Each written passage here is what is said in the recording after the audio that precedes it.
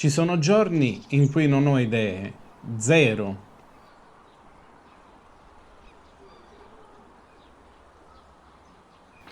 Se aspetti l'ispirazione in quei giorni, non lavori. Io invece in quei giorni lavoro meglio e no, questo non è un video motivazionale, non sono quel tipo di mental coach, è un video operativo di come sfrutto i momenti morti nella mia creatività. L'ispirazione è la più grande scusa elegante di questo mondo, è il modo più raffinato per rimandare il lavoro senza sentirsi mai in colpa. I professionisti non lavorano quando sentono qualcosa, ma lavorano quando c'è da lavorare, altrimenti, come si dice, alla fine del mese non si pagano le bollette e questo è un dato di fatto. Tutti lo sappiamo che ci si deve arrivare alla fine del mese. Se il tuo lavoro dipende da come ti senti, semplicemente non è più un lavoro, ma è un hobby costoso e chi riesce a farlo come hobby questo mestiere, ditemi come fate. E questa è una verità che fa male solo all'inizio. Perché?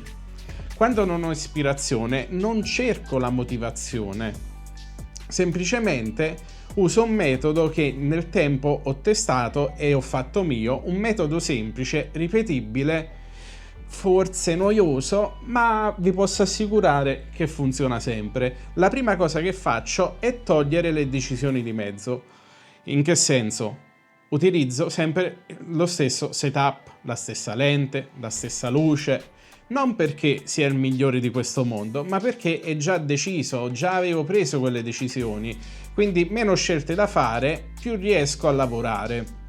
L'errore più comune è cercare idee nuove nei giorni sbagliati, perché finirete solo per girare una matita e non inventarvi nulla. Nei giorni senza ispirazione non invento, recupero cose già pensate prima, appunti, bozze, concetti lasciati a metà e per questo, cioè su questo ci può dare una grossa mano i nostri taccuini come il nostro telefono, l'app Note o chi come me ogni tanto fa qualche nota audio per ricordarsi quell'idea folle che ti è venuta in mente durante la notte mentre sognavi. Il giorno senza ispirazione è fatto per eseguire, non per inventare nuove cose. Non devi inventare l'acqua calda, bisogna eseguire sempre. Eseguire è sottovalutato, ma è ciò che fa andare avanti tutto, perché se ci fermiamo siamo fottuti.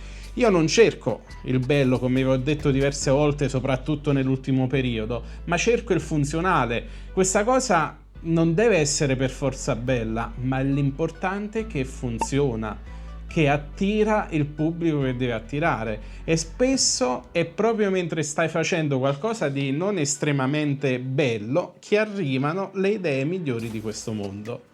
E molte volte vi posso assicurare che è stato così. Ero uscito semplicemente per farmi una passeggiata, ho fatto 2-3 foto e poi ho detto caspita, però sta cosa non l'avevo mai valutata in questo modo, perché non l'approfondisco? E sono andato lì, l'ho approfondita in una visione completamente diversa, ma che funzionava, spaccava. E per questo certe volte dobbiamo fare le cose. Io non sono sempre dentro a questo studio come può sembrare, ma per lo più sono fuori a cercare di tirare acqua nel mio mulino e nuove idee creative per poter sviluppare nuovi punti di vista, nuove visioni. Ora vi dico perché questo metodo funziona, perché la continuità batte sempre il talento, sempre. Anche il fottuto genio di Michelangelo era un po' uno sfaticato, per chi conosce la storia dell'arte si sa, era un birbantello il caro Michelangelo, e si è fatto un pochino sorpassare poi da altri artisti che lavoravano molto più di lui, hanno fatto tante opere molto più di lui e non dico che lo hanno superato, ma comunque hanno fatto grandi cose anche altri artisti. Questo perché? Perché, come vi sto dicendo dall'inizio del video, avere, diciamo, l'ispirazione della vita e può tanto arrivare e tanto non arrivare. Invece se fai le cose sicuramente te le giochi e possono tanto arrivare e tanto non arrivare, ma se non altro è un 50 e 50, non è un 0 e 100. E ricordatevi, ritornando ai tempi nostri, che l'algoritmo premia chi esiste, non chi aspetta, no chi aspetta l'idea perfetta. L'ispirazione non è il punto di partenza, è un effetto collaterale del fare. Arriva dopo, soltanto dopo iniziamo a prendere i benefici di quello che abbiamo seminato. La prossima volta che non hai ispirazione, non chiederti cosa devo fare, chiediti cosa posso fare senza pensarci. Lo stesso formato, la stessa durata, lo stesso tema, ma l'ispirazione è spesso sopravvalutata, mentre il metodo no.